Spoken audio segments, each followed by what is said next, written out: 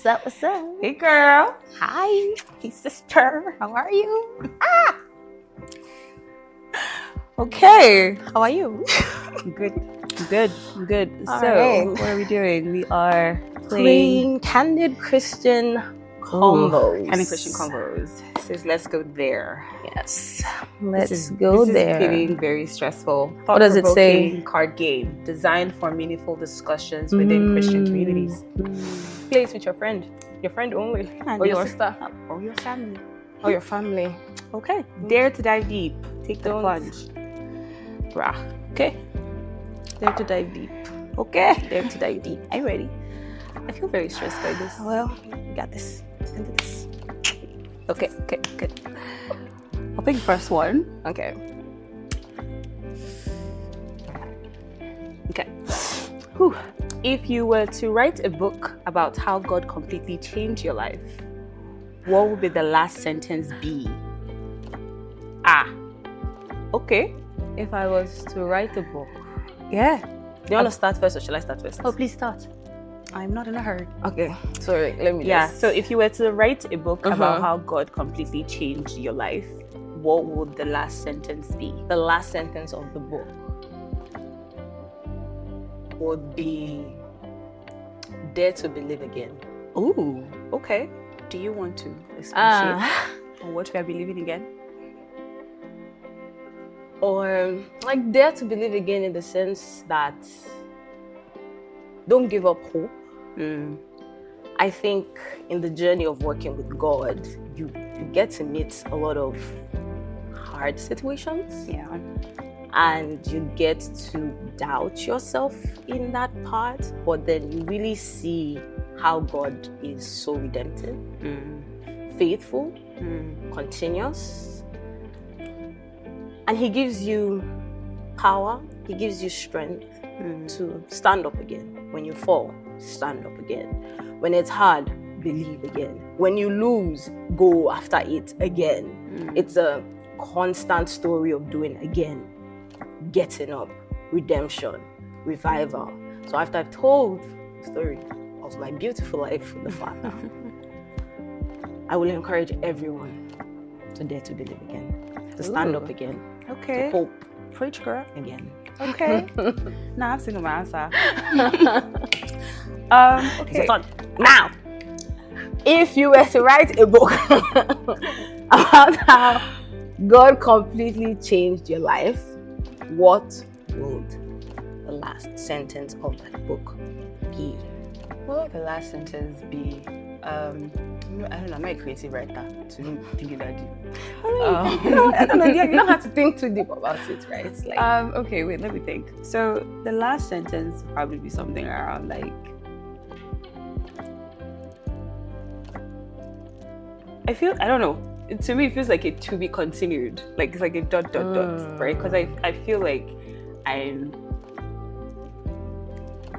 God is still in the process of changing my life. I think that's what it feels like. Like it's still like it's a dot thing, or to be continued, or like, you know, I will actually kind of, you know, and they say I live happily ever after, but like there's so much, like what is after, right? Like there's all these contents after. Please. I'm thinking of Cinderella, was a lady at the ball. But anyways, no, let's focus. So because I feel like God is still changing my life. I feel like there's definitely a stark difference between like who I was post when I decided to take my relationship with God like personal and just make it more intentional, and who I am now. But I feel like the recent events have been like, you know, and I feel like I'm taking right back, and there's a lot of my faith that I have to kind of rework. So that's where I'm at. So it feels like I don't know if my story is done yet. So it's a TBD. To be continued type thing. Okay. Let me pick the next question. Okay, you pick it. Question. You're gonna start first. Yeah. Yes. Has your relationship with your earthly father affected how you relate to God? Affect how you relate to God, the Father? Ooh. Yes. Explain, madam. I mean, we come from the same house. Yes. So, Yes. Has it affected how I relate to God? 100%. I think so. I think of Daddy as like stand-up guy, right? And I know we have very different thoughts about that, but for me, it's like if I ask for anything, I'll get it, right? Even if you know, Must be nice. might maybe throw a tantrum, but we'll get it. So I think of Daddy as stand-up guy. I think I kind of related to God that way, right? Like I think I never questioned like if like God the Father. I think I kind of understand. I think it took me a while to really grasp, like Jesus, sure, but like God the Son, like, you know, like I don't know, like he died, sure, like what? I mean, what's the connection? First one child problem. Like, Yeah, son, you know, like son, like I don't know. Like God the Holy Spirit. I think that too I even kind of understood, right, as some kind of guardian or guardian. Now, in terms of like maybe negatively, how that kind of turned out, I also have like a like this. Like, I think the word is dichotomy about how I relate with Daddy. It's like great dad, but like also problematic in certain ways.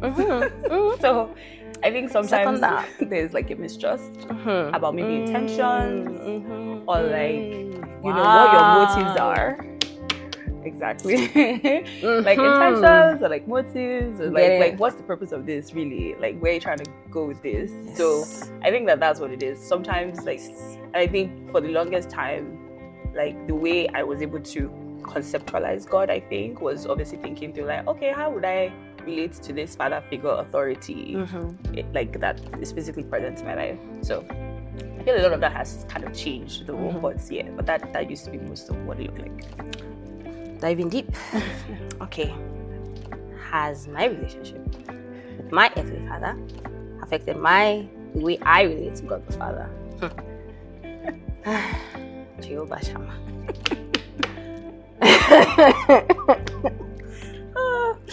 Go on. Yes.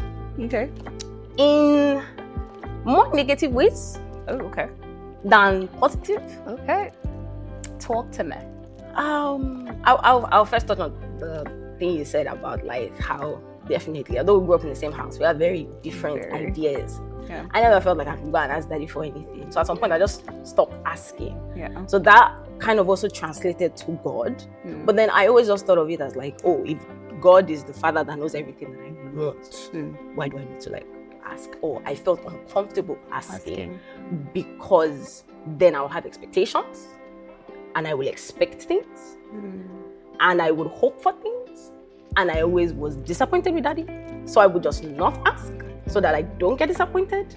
And it's like, if you want to give me, sure. If you don't want to give me, sure.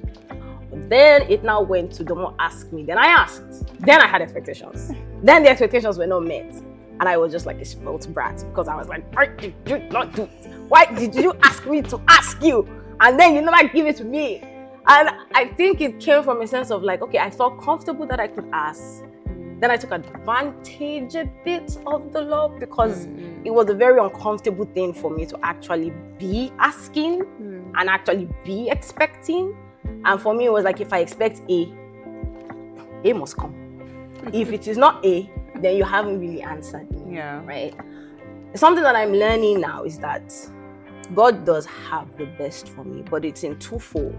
I should be able to ask him, expect, but trust that he also knows what is best. And being able to relax in that is not very easy. It's not very easy. I agree.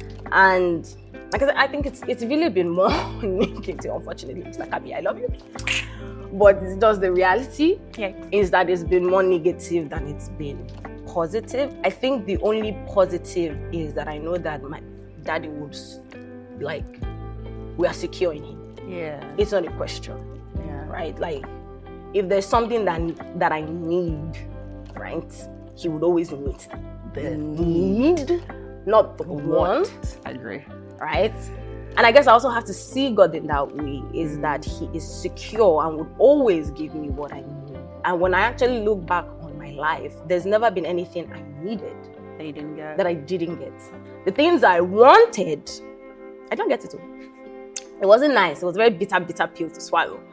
But I think being able to see God in that form of security is the way that it has been positive or affected me positively, is that the way with Daddy, if it's anything that pertains to like the growth of my life, he is there at like a bat of an eye. I don't need to question it, right?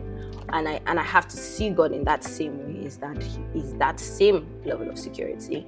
And yeah, I always get all that I need. But props to you, MKB. You've done a great job. Please, if you see this now, I love you. And we love you. We love you. We do. This is no shade. This is no shade to you. You've done a fantastic job reading us. Yes. This is a nice feel-good question. It's like the end of a movie. What made you feel like God's favorite this week? This week, Girl. specifically? Oh, let's see. Like, what are we talking about? You see, this is just a reminder that we're so forgetful as human beings. Like, literally, how many days ago? Sorry, no. Okay.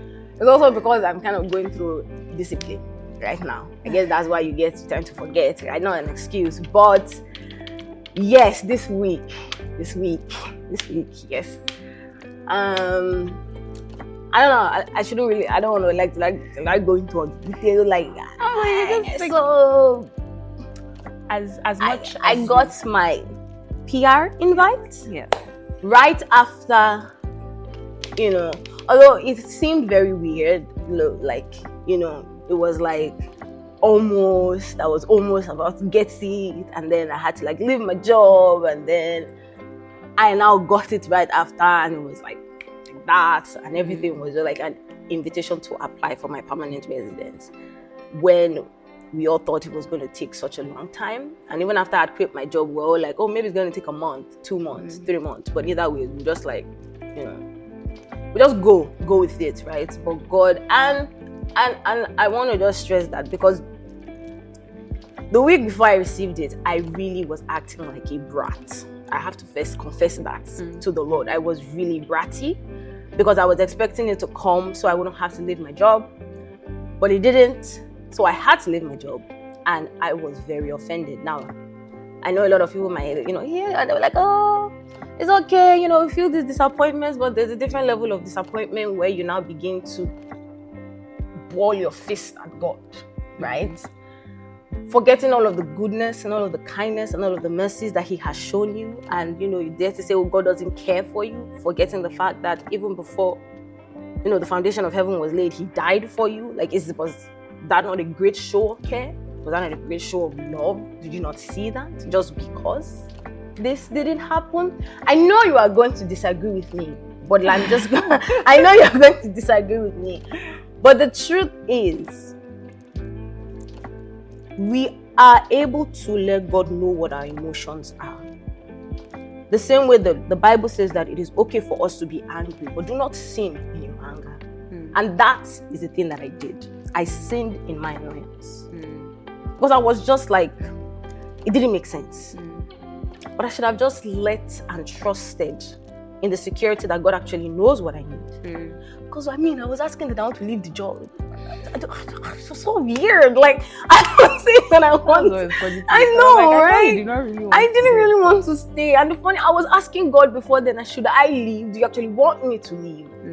So it was almost like, I answered your question for you, but then at the same time, I was like, I wanted to live in the sense of like, oh, I have the invitation to apply.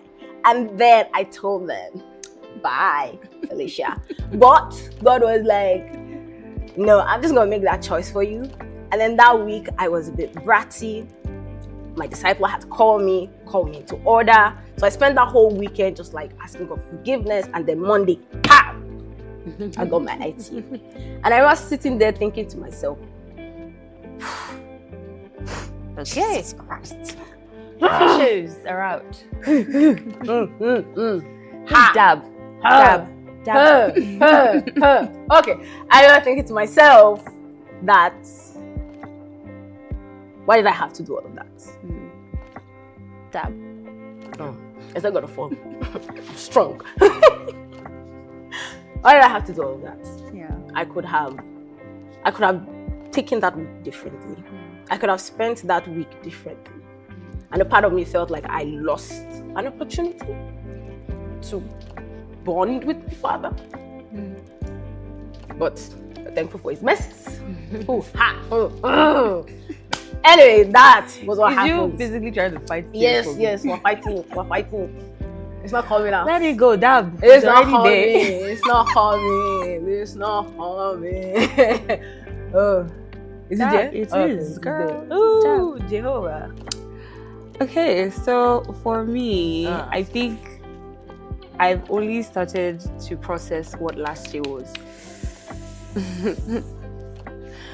So, like, I had the most chaotic but like exciting year last year. And that's like too many things happened. I've now agreed and I would never do that again. Like, did too many things. And I think about how, like, I guess my husband and I are like planners. And My husband how and this is me saying it publicly in front of but anyways, but we're like planners, and there were like so many things that I remember, like in January, saying like we're going to do it and this is the timeline with which we're going to do it. And like was like on Sunday after church, we're just talking about it, about how insane it is that, like, who do we think we are that we can plan like that? So many big things back to back, and it actually happened that way. And I think because we are both like, we're also very exhausted by the time we came back, and just like wanting to just decompress and hide and just be like, you know what, never again. Honestly, this year when we planned, we said there's no goal for this year because we just want a slow year.